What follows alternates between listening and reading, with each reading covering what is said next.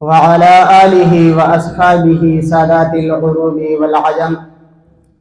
أما بعد فأعوذ بالله من الشيطان الرجيم. بسم الله الرحمن الرحيم. إنما يريد الله ليذهب عنكم الرجس أهل البيت ويطهركم تطهيرا. صدق الله العظيم. وقال النبي صلى الله عليه وسلم: من مات على حب آله محمد صلى الله عليه وسلم مات شهيدا. وقال الشاعر: علی و فاطمہ سے بھی قرآن اگورا، علی و فاطمہ سے بھی قرآن اگورا، بیا مرج البحرین یلتقیان اگورا. زامن یدی دولعلن حسن اور حسین، یخرج منهما اللؤلؤ والمرجان اگورا. ان اللہ وملائکته یصلون علی النبی یا ایها الذین آمنوا صلوا علیہ وسلموا تسلیما. طول پمینہ محبت سرا درود شریف ہوئے. اللہم صلی علی سیدنا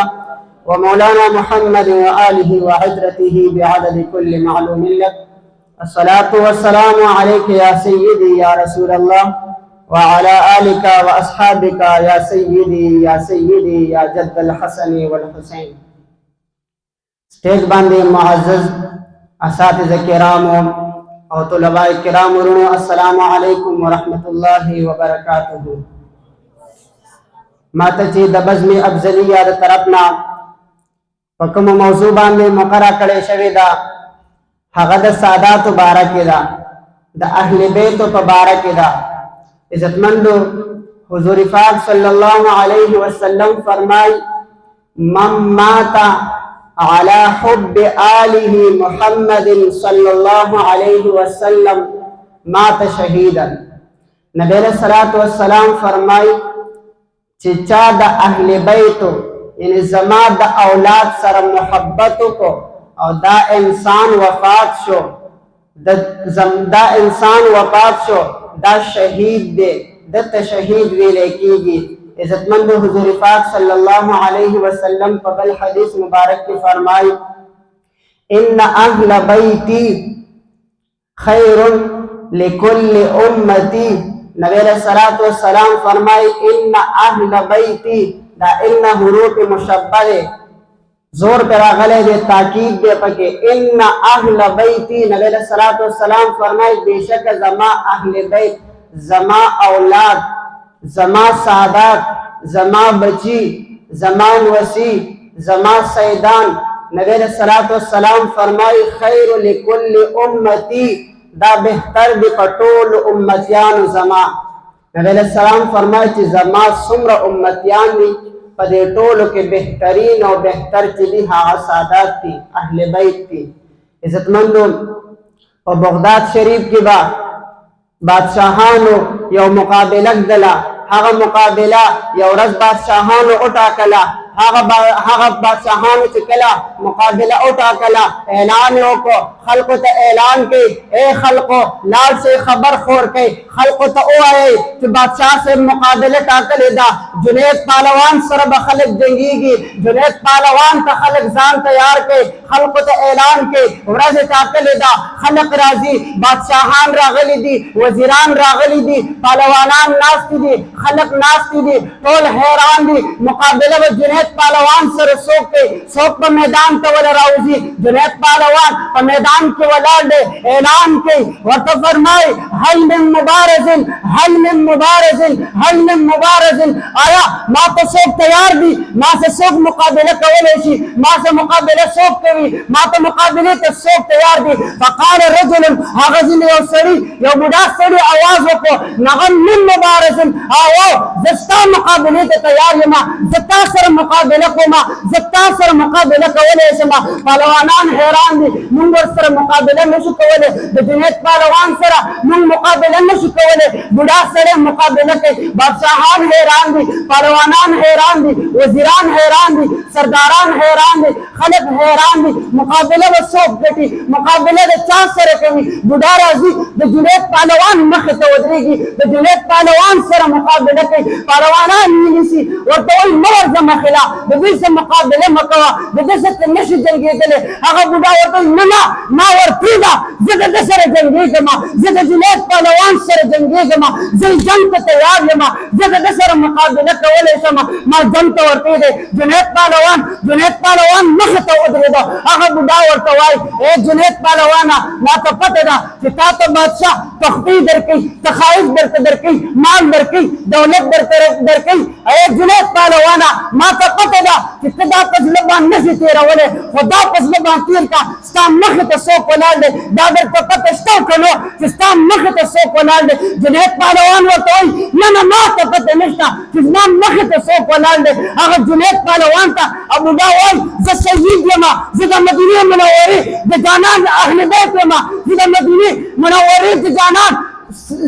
سید یم زه د مدینې منورې د جانان بچی یم د مدینې منورې د جانان سید یم د مدینې منورې د جانان وسی یم زه اهل بیت یم زما شیمه ورځ ده زما بچي په کور کې وږي دي شیمه ورځ ده زما بچو څه خوړلي نه دي شیمه ورځ ده زما بچي د لوږې نه مړه کېږي ای جنید پهلوانه ما ته پته ده چې تا سره څوک نشي جنګېدلی زه تا سره نشم جنګېدلی خو زه در څخه جنګېږم د خپلو بچو د وجې در سره جنګېږم زما بچي د لوږې نه مري زما بچي د لوږې نه مړه کېږي ای جنید پهلوانه ځان راته راوغورځو که ځان دې راوغورځو زما تخفي نه دي پکار زما تخایف نه دي پکار زما دومره روټۍ دومره خوراک پکار دی چې زه خپلو بچو له ویسم هغه د 3 ورځو هغه د 4 ورځو لوږه پې مړه کړمه هغه بچي پې ماړه کړمه هغه حیران دی جنید پهلوان چې دا خبره واورېده چې ده ورته وویل چې زه شهید یم جنید پهلوان په ځای باندې ودرېده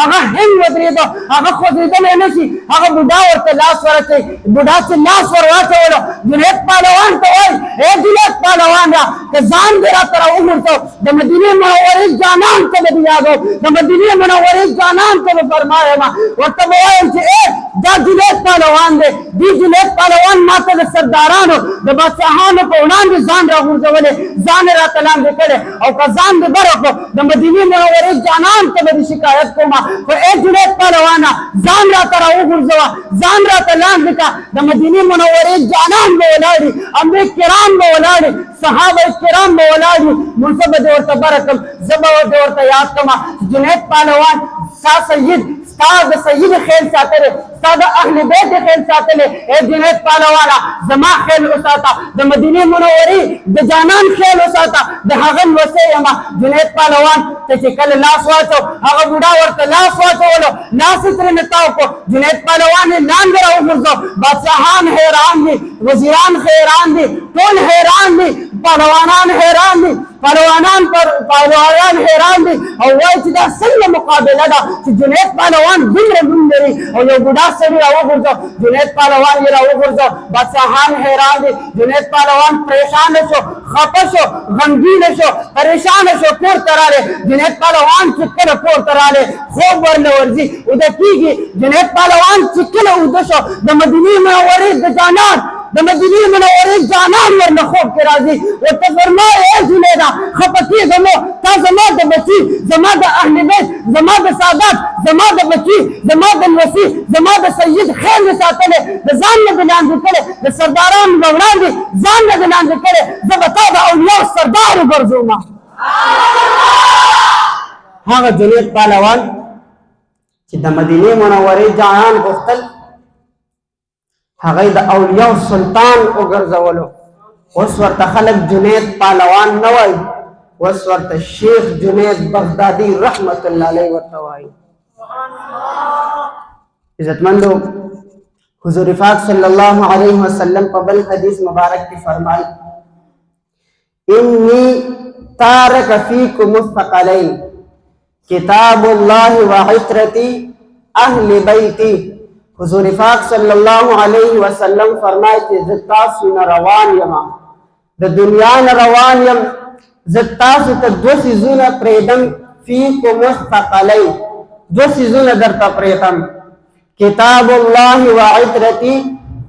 یو درته د الله تبارک وتعالی قرآن مجید پرېږدم د الله تبارک وتعالی کتاب درته پرېږدم او دویم درته اهل بیتی خپل اهل بیت پرېږدم خپل سادات درته پرېږدم، خپل بچي درته پرېږدم، خپل وصي درته پرېږدم، خپل سیدان درته پرېږدم، د دوی خیال وساتئ، د دوی احترام وکئ. ځکه نبی علیه الصلاة والسلام په بل حدیث مبارک کې فرمایي اهل بیتی، چې زما اهل بیت، نبی علیہ السلام فرمائی اہل بیتی زما اہل بیت امان لکل امتی، امان دے دا طول امت دا پارا. نبی علیہ السلام فرمائی دا دین دے امان نا مطلب سشے دے، دا دین دا مراد دی، دا دے امان نا دا مراد دی، یعنی نبی علیہ السلام فرمائی چی زما امتیان پزمک باندی جوندی وی او سادات وی، نو زما امتیان با پا امن کی وی، پا امان کی بوی.